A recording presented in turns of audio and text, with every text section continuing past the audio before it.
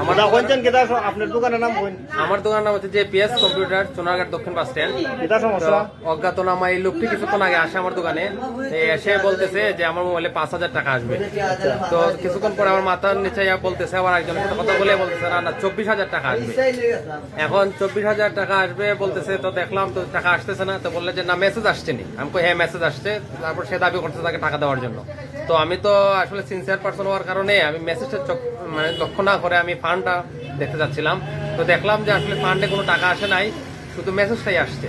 তো এটাই আমি বুঝতে পারলাম যে সে আসলে একটা প্রতারক চক্রের সদস্য। হ্যাঁ, আচ্ছা একটু আনছেন কিতা তাইননি কিতা ভাই, আপনার নাম কিতা কোনছেন? আপনার নাম কিতা? ইসুফ। আপনার বাড়ি কোনানো? আপনি কোনছেন বিষয়টা কিতা? তাই যে কইতাছেন আপনি টেকা নাই দেখালি SMS দিয়া টেকা নিতে চাইছেন, কি বিষয় আপনি কিতা বক্তব্য? বুঝতে আমি তো কইছে যে আমার একটা নাম্বারে ফোন দিছে, পইলে আমার বউজন মোবাইল দিছে, কইছে এই নাম্বারে ফোন দিতে আছে, টাকা দিব তোমার 5,000 দিলে পরে জাইমার রহমান কমেন্ট করছিলাম যে কমেন্টে 5,000 জাইমার রহমান কাটা তারেক জিয়ার হ্যাঁ কমেন্ট করছে। আচ্ছা তারেক জিয়ার মেয়ে জাইমার রহমান দিছে টাকা দিয়ে 24,000, হ্যাঁ বাকি 19,000 টাকা তুমি পাঠাই দিও, হাসপাতালে নাম্বার দিয়ে তুমি নাম্বারে পাঠাই দিও তুমি, আর 5,000 টাকা তুমি নিয়ে গিয়া উকা টাকা আর দেয় না। আমি টাকাকে সার হো এর বুঝে আমি সার মনে টাকাটা দিছে কাটা তোমার বউয়ে নি? না নাম্বার দিয়ে দিছে, কি নাম্বারে ফোন দিয়ে তোমার নাম্বারটা দিছে কাটা? আমার বউ দিয়ে দিছে। তোমার বউয়ে দিছে, দেয়া কইছে তারেক জিয়ার মেয়ে জাইমা রহমান, প্রধানমন্ত্রী তারেক জিয়ার মেয়ে জাইমা রহমানে টাকা পাঠাইবো। হ্যাঁ 5,000 টাকা স্যার বয়তো কমেন্ট করছিলাম যে কি কমে ওই ফেসবুকে কমেন্ট করছে। তুমি ওইটা বিশ্বাস করে দোকান আইয়া কইছো যে মেসেজ নিয়ে আইছে দেখো নাকি তা বললে যে 5,000 24,000 দিব। আচ্ছা এরপর এখন তুমি কইতাছো যে মেসেজ নিয়ে আইছে 24,000। আমি কই দেখুন মেসেজ এই তোমার ফোন দিতে কইতাছে তাক দাও তাক দাও। আচ্ছা আচ্ছা নাম্বার দিয়ে দিছি তাই সব বাট পারি। তোমার নাম কি তা জানি? ইউসুফ। তুমি তো আগুন না সোনারবাদ বাড়ি শাইস্তাগঞ্জ কোন এলাকা? এদের বাইরে শাইস্তাগঞ্জ কোন এলাকা? আচ্ছা এখন আপনি কিতাব মনে করছেন তার সেনো কইতে আপনি কইলেন যে বন্ধু কইছে প্রথম তার বন্ধু টাকা পাঠাইছে, তার বন্ধু প্রথম বলছে আমাকে টাকা পাঠাইবো।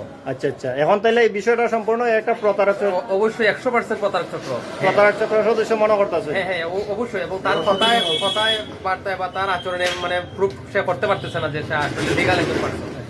আপনারা কিতা মনে করুন তার যে কার্যক্রমটা করছে আপনারা কিতা মনে করুন? তার কার্যক্রম তো আমার সন্দেহ হইতেছে, সে তো স্মার্ট ছেলে, একটা স্মার্ট ছেলে কিভাবে এইভাবে যে তারেক জিয়ার মেয়েকে নিয়ে এইটা বিভ্রান্তিকর একটা বিষয়।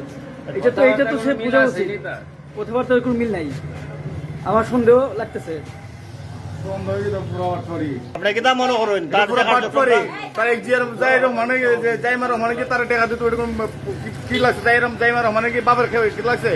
খোয়া দোল লাগছে টাকা দিতে পারে আইয়া বিকাশ দিব না বেটা পেক মেসেজ পাঠাইব পাঠাইয়া আনিব।